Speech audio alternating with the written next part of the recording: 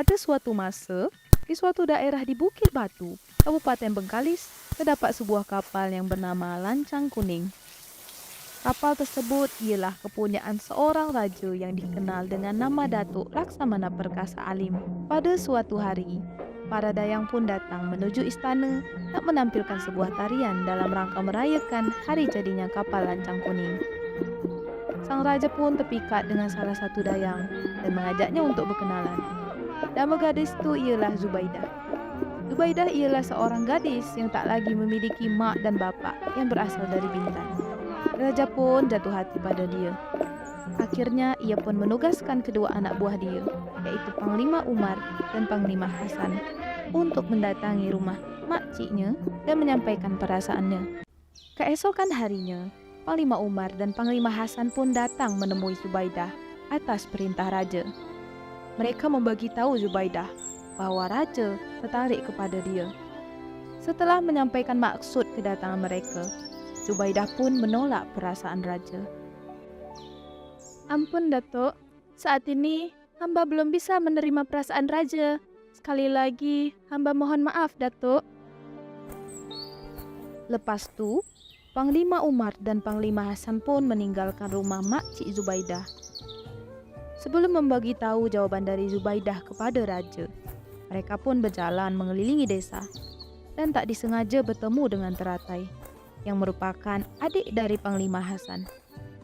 Hubungan Panglima Umar, Panglima Hasan dan Teratai sangatlah dekat. Panglima Umar pun menganggap Teratai ini layaknya adik kandung dia sendiri. Pada suatu masa, para pembesar Bukit Batu pun sedang bermain sepak takraw di lapangan yang tak jauh dari danau. Bersamaan dengan tu pula, gadis desa dan Zubaidah tengah bermain kat danau. Tiba-tiba, terdengarlah suara seseorang membagi tahu bahawasanya ada yang tenggelam. Ternyata orang yang tenggelam tu ialah Zubaidah. Namun seorang panglima pun dengan sigap lari ke arah danau untuk menyelamatkan Zubaidah. Seseorang itu ialah Panglima Umar. Lepas kejadian tu, timbullah perasaan cinta Zubaidah kepada Panglima Umar. Begitu pula dengan Panglima Umar. Akhirnya mereka pun memutuskan untuk memohon restu kepada raja agar diperbolehkan untuk segera menikah. Mendengarkan apa yang terjadi, raja begitu murka. Raja pun tak menyangka bahawa yang dicintai oleh Zubaidah ialah Panglima Umar. Panglima Umar dan Zubaidah pun tak henti untuk mengucapkan kata maaf agar hubungan mereka direstui. Akhirnya raja pun luluh dan meredakan emosinya secara perlahan. Raja pun akhirnya menghargai hubungan mereka dan merestui pernikahan antara Zubaidah bersama Panglima Umar. Panglima Hasan pun tampak murka. Ia akan tetap mencari cara untuk memisahkan Zubaidah dengan Panglima Umar.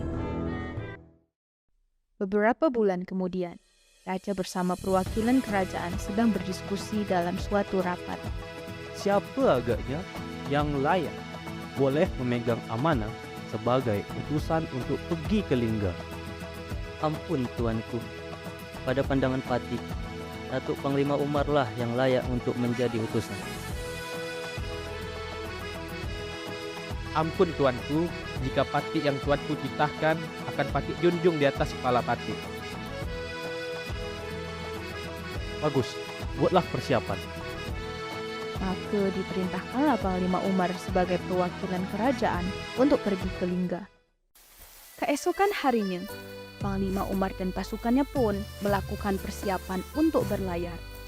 Tak lupa ia meminta doa keselamatan selama perjalanan kepada istrinya, serta meminta tolong kepada Teratai dan Panglima Hasan untuk menjaga istrinya sebelum ia pergi. Lepas tu berangkatlah Panglima Umar ke Lingga diiringi tangisan istrinya Zubaidah.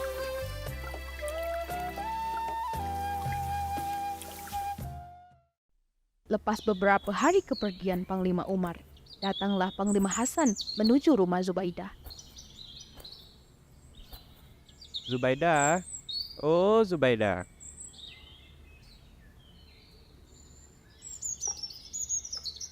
Siapa? Oh, Datuk Panglima Hasan, ada apa? Maksud kedatangan Panglima Hasan ni tidaklah baik. Ia mencoba kembali untuk mendapatkan hati Zubaidah. Begini Zubaidah, Umar sedang tak ada. Berilah aku kesempatan. Aku rindu madu kasihmu. Zubaidah yang mendengar hal tersebut pun muka dan mulai tidak nyaman dengan kedatangan Panglima Hasan. Datuk, rupanya Datuk yang berhadapan dengan Datuk ini ialah isteri daripada sahabat yang mengaku saudara kepada Datuk. Aku tak peduli, Zubaidah. Lihatlah, akan kurampas kau dari tangan Umar. Tiba-tiba Teratai yang mendengar kegaduhan segera datang dan melindungi Zubaidah dari kemarahan abangnya, Hasan. Panglima Hasan pun pergi dengan perasaan yang murka. Lepas kejadian itu, Panglima Hasan pun langsung pergi mencari Pawang. Panglima Hasan pun mengancam Pawang untuk bekerjasama dalam tujuan buruknya. Tok Pawang, Patik ingin Tok Pawang dapat membantu Patik dalam membalas perbuatan Zubaidah. Ia telah mempermalukan saya. Rencana apa maksud Datuk? Dah 2 kali kapal lancang kuning dibatalkan ketika hendak berlayar. Inilah kesempatan kita untuk menjadikannya sebagai alasan. Saya mau Tok Pawang sembahkan kepada Raja. Katakan bahawa kapal lancang kuning minta disemah dengan darah perempuan bunting sulung. Kalau tidak, pelayaran terkendala dan Raja akan mendapatkan bencana. Hamba tak berani, Datuk. Hamba tak pernah membawa pesan dusta ke bawah duli. Kalau Tok Pawang tak ikut kemauan saya akan semah lancang kuning dengan darah Tok Pawang.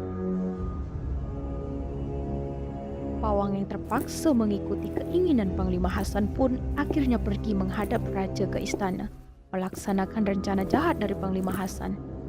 Ia menyampaikan pesan kepada Raja bahawa pelayaran kapal lancang kuning dapat dijalankan apabila terdapat sesajen atau semahan. Apabila Patik diberi kuasa untuk menyelenggarakan perayaan lancang kuning, akan Patik kerjakan dengan sepenuh hati.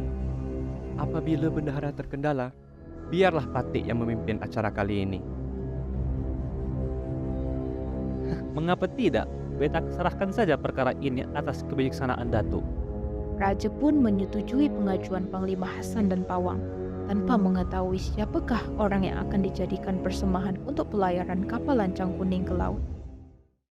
Dengan perintah Hasan, segerombolan pengawal dengan tombaknya pun datang untuk menjemput Zubaidah.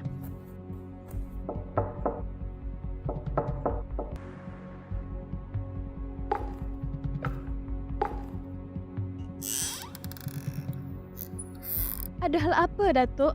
Adakah berita buruk mengenai suami hamba? Hamba kurang periksa, tapi hamba diperintah untuk memanggil Cik Zubaidah kerana Raja hendak berjumpa dengan Puan di pantai dekat Lancang Kuning. Raja? Baiklah, biar hamba ambil selendang dulu. Teratai, kau ikut samalah temankan aku. Iyalah, Kak. Akhirnya Zubaidah dan Teratai pun pergi ke pantai dekat Lancang Kuning berada. Namun, bukannya Raja yang ditemui. Ia langsung disergap oleh pengawal Panglima Hasan lainnya. Apa ni? Tolong lepaskan hamba. Kenapa hamba yang ditangkap? Abang, ada apa ni? Pengawal, bawa dia pergi. Teratai pun ditahan oleh pengawal lain. Kemudian Zubaidah diikat tangannya dan dibaringkan di pasir pantai. Tolonglah, kasihanilah hamba.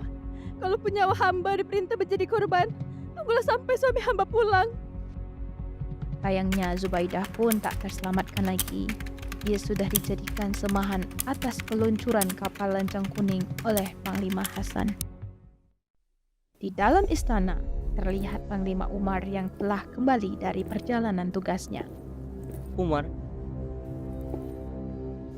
Datuk, ada apa?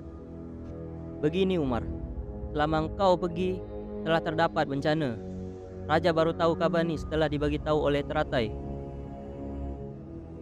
Beta berdiri sebagai raja. Mengapa tidak diedokan sebelum perkara ini berlaku kepada beta? Temenggung, kurungkan Pawang berdebah ini. Beta tak mau melihat mukanya lagi. Saat ni, Pawang sedang ditindaklanjuti oleh Raja. Panglima Hasan dan Pawang telah berdusta kepada Raja bahawa syarat meluncurkan kapal lancang kuning memerlukan semahan. Raja menyetujui tanpa mengetahui siapa yang dijadikan semahan. Dan nyatanya, semahan tu ditargetkan kepada Zubaidah, isteri kau. Lepas tu, pawang ternyata juga diperintah oleh Panglima Hasan agar mengutus anak buahnya untuk menyerang kau dan prajurit saat perjalanan kemari. Lepas mendengar keseluruhan cerita dari menteri, Panglima Umar tampak sedih dan tak berdaya. Ia lalu meminta izin kepada menteri untuk pergi. Beberapa hari pun berlalu. Panglima Hasan baru tiba di tepi pantai setelah melayarkan kapal lancang kuning ke laut.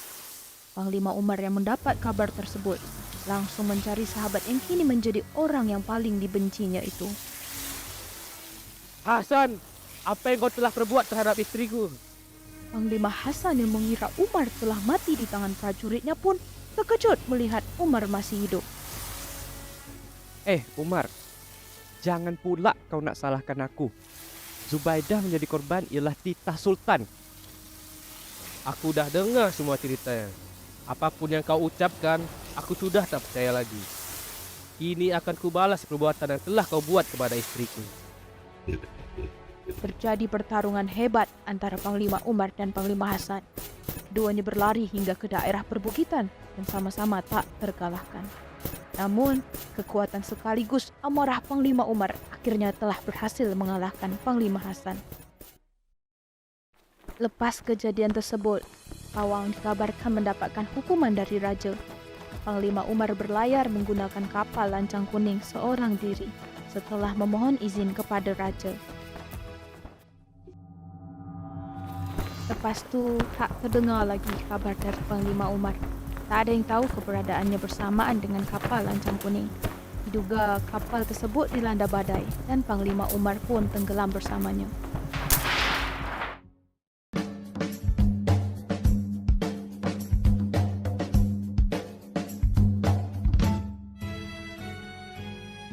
Lancang kuning terdiri dari dua kata.